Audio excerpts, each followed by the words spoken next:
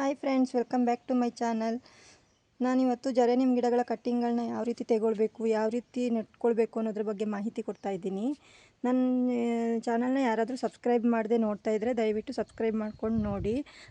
ಪಕ್ಕದಲ್ಲಿರೋ ಬೆಲ್ ಬಟನ್ನ ಪ್ರೆಸ್ ಮಾಡಿದ್ರೆ ನನ್ನ ಆಲ್ ನೋಟಿಫಿಕೇಷನ್ ನಿಮಗೆ ಬರುತ್ತೆ. ಜರೇನಿಯಮ್ ಗಿಡಗಳಲ್ಲಿ ಎಲ್ಲ ಟೈಮಲ್ಲೂ ಹೂ ಬಿಡ್ತಾನೆ ಇರುತ್ತೆ. ಮಳೆಗಾಲದಲ್ಲಿ ಮಾತ್ರ ಸ್ವಲ್ಪ ಹೂ ಕಡಿಮೆ ಆಗುತ್ತೆ. ಇನ್ನು ಎಲ್ಲ ತಿಂಗಳಲ್ಲೂ ತುಂಬ ಹೂ ಬಿಡ್ತಾನೆ ಇರುತ್ತೆ. ಇದು ನಾವು ಕೇರ್ ಮಾಡಿದಷ್ಟು ಚೆನ್ನಾಗಿ. ನೋಡಿ ಎಷ್ಟೊಂದು ಹೂ ಬಿಟ್ಟಿದೆ ಅಂತ. ನಾವು ಜರೇನಿಯಮ್ ಗಿಡಗಳ ಕಟ್ಟಿಂಗ್ ತೆಗೊಳ್ಳೋದಕ್ಕಿಂತ ಮೊದಲು ನಾನು ಹಿಂದಿನ ವಿಡಿಯೋದಲ್ಲಿ ಹೇಳಿರೋ ಹಾಗೆ ಪಿಂಚಿಂಗ್ ಮಾಡ್ಕೊಳ್ಬೇಕು. ಪಿಂಚಿಂಗ್ ಮಾಡ್ಕೊಂಡಾಗ ಬುಷಿಯಾಗಿ ಗಿಡಗಳು ಈ ಥರ ತುಂಬ ಕವಲೊಡೆದು ಬರುತ್ತೆ. ನೋಡಿ ಈ ರೀತಿ ಎಷ್ಟೊಂದು ಇದು ಸೈಡೆಲ್ಲ ಬ್ರಾಂಚಸ್ ಬರ್ತಾ ಇದೆ ಅಂತ. ನೋಡಿ ಈ ರೀತಿ ಎಲ್ಲ ಬರ್ತಾ ಇದೆ ಅಲ್ಲ, ಈ ರೀತಿ ಬರುತ್ತೆ ಪಿಂಚಿಂಗ್ ಮಾಡ್ಕೊಳ್ಳೋದ್ರಿಂದ. ಇದರಿಂದ ನಾವು ಈ ಥರ ಕಟ್ಟಿಂಗ್ಗಳನ್ನ ತಗೊಳ್ಬೋದು. ಸೈಡಲ್ಲಿ ಇದು ನೋಡಿ ಎಷ್ಟು ಚೆನ್ನಾಗಿ ಬಂದಿದೆ ಅಂತ. ಈ ಥರ ಕಟ್ಟಿಂಗ್ಗಳನ್ನ ನಾವು ತಗೊಳ್ಬೋದು. ಜರೇನಿಯಮ್ ಗಿಡಗಳ ಕಟ್ಟಿಂಗನ್ನ ಯಾವ ರೀತಿ ತಗೊಳ್ಬೇಕು ಅಂತ ನೋಡೋಣ ಬನ್ನಿ.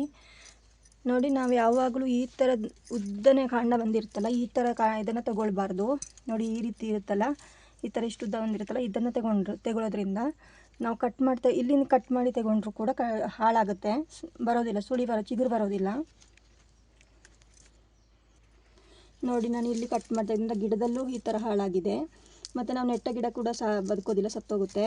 ಅದಕ್ಕೆ ನಾವು ಯಾವಾಗಲೂ ಈ ಥರ ಬಂದಿರುವಂಥ ಸೈಡ್ ಬ್ರ್ಯಾಂಚಸ್ ನೋಡಿ ಈ ರೀತಿ ಬಂದಿರುತ್ತಲ್ಲ, ಅದಕ್ಕೆ ಇದು ಪಿಂಚಿಂಗ್ ಮಾಡ್ಕೊಳ್ಬೇಕು ಅಂತ ಹೇಳೋದು. ಈ ರೀತಿ ಬುಷಿಯಾಗಿ ಬಂದಿರುತ್ತಲ್ಲ, ಈ ರೀತಿ ಕಟ್ಟಿಂಗ್ಗಳನ್ನ ನಾವು ತಗೊಳ್ಬೇಕು.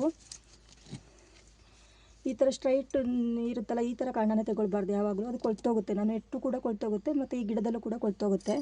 ಹಾಗಾಗಿ ಈ ರೀತಿ ಬಂದಿರುತ್ತೆ ನೋಡಿ, ಈ ರೀತಿ ಇಲ್ಲಿಗೆ ಕಟ್ ಮಾಡ್ಕೊಳ್ಬೇಕು.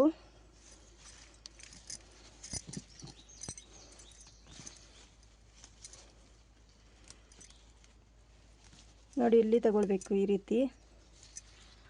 ಇದೇ ಥರ ಇನ್ನೂ ಸ್ವಲ್ಪ ಕಟ್ಟಿಂಗ್ಗಳನ್ನ ತೆಗೆದು ತೋರಿಸ್ತೀನಿ ನಾನು. ನೋಡಿ ಇಲ್ಲಿ ಕೂಡ ಈ ಥರ ಇದೆ ಅಲ್ಲ, ಈ ಥರ ನೋಡಿ ಇಲ್ಲಿಗೆ ಈ ಥರ ಕಟ್ ಮಾಡಿ ತಗೊಳ್ಬೇಕು. ಯಾವಾಗಲೂ ಈ ಸೈಡಲ್ಲಿ ಈ ಥರ ಬಂದಿರುತ್ತಲ್ಲ, ಈ ಥರ ಎಲ್ಲ ತಗೊಳ್ಬೇಕು. ನೀವು ಇಲ್ಲಿಗೆ ಈ ಥರ ಕಟ್ ಮಾಡಿದರೆ ಎಲ್ಲ ಕೊಳ್ತೋಗುತ್ತೆ. ನೋಡಿ ಈ ಥರ ಬ್ರಾಂಚಸ್ ಬಂದಿದೆ, ನೋಡಿ ಎಷ್ಟೊಂದು ಬಂದಿದೆ. ಈ ಥರ ಎಲ್ಲ ತಗೊಳ್ಬೇಕು. ನೋಡಿ ನಾನು ಈ ಥರ ತುಂಬ ಕಟ್ಟಿಂಗ್ಸ್ಗಳನ್ನ ತಗೊಂಡಿದ್ದೀನಿ. ಇದನ್ನೀಗ ಯಾವ ರೀತಿ ನೆಟ್ಕೊಳ್ಬೇಕು ಅಂತ ನೋಡೋಣ ಬನ್ನಿ.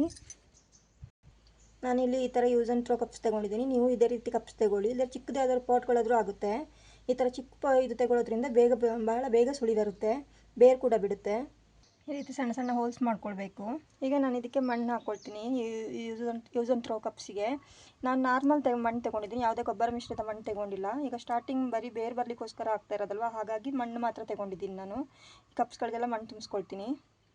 ನಾನು ಈ ರೀತಿ ಕಪ್ಗಳಿಗೆ ಮಣ್ಣು ತುಂಬಿಸ್ಕೊಂಡಾಗಿದೆ. ನಾವು ಕಟ್ಟಿಂಗ್ಗಳು ತಗೊಂಡಿದ್ವಲ್ಲ, ಅದರ ಎಲೆಗಳನ್ನೆಲ್ಲ ಈ ರೀತಿ ಕಟ್ ಮಾಡ್ಕೊಳ್ಬೇಕು, ತುಂಬ ಇಟ್ಕೊಳ್ಬಾರ್ದು.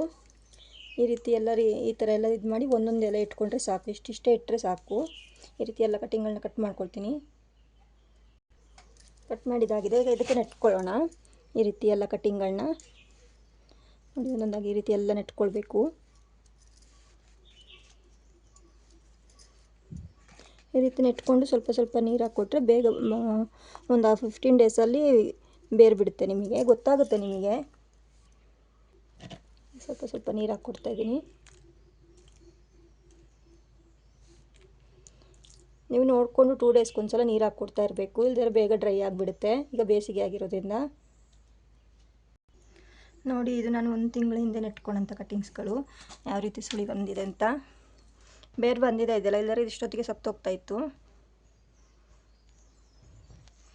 ನಾನೆಲ್ಲ use and throw ಕಪ್ಸ್ನಲ್ಲೇ ಹಾಕ್ಕೊಂಡಿರೋದು.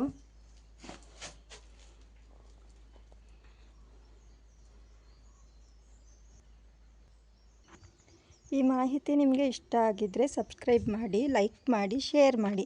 Thank you for watching.